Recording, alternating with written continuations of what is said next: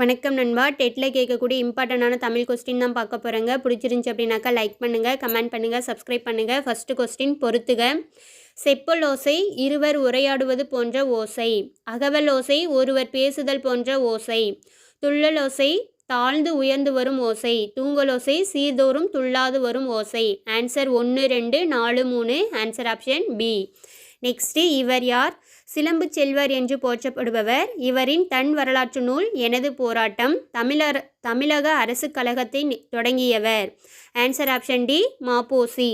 மாப்போசியோட சேரமான் காதலி வந்து கண்ணதாசனின் சாகித்ய அகாதமி விருது பெற்ற நூல். மாப்போசி வந்து வள்ளலார் கண்ட ஒருமைப்பாடு என்னும் நூலுக்காக சாகித்ய அகாதமி விருது வாங்கியிருப்பார். நெக்ஸ்ட்டு, மாமல்லன் குன்றம் போனால் என்ன, வேலவன் குன்றமாவது எங்களுக்கு வேண்டும். மாலவன் குன்றமும் வேலவன் குன்றமும் குறிப்பவை. ஆன்சர் ஆப்ஷன் ஏ, திருப்பதியும் திருத்தணியும். மாலவன் என்றால் திருப்பதி, வேலவன் என்றால் திருத்தணி. நெக்ஸ்ட்டு, தவறான இணையை கண்டறிக.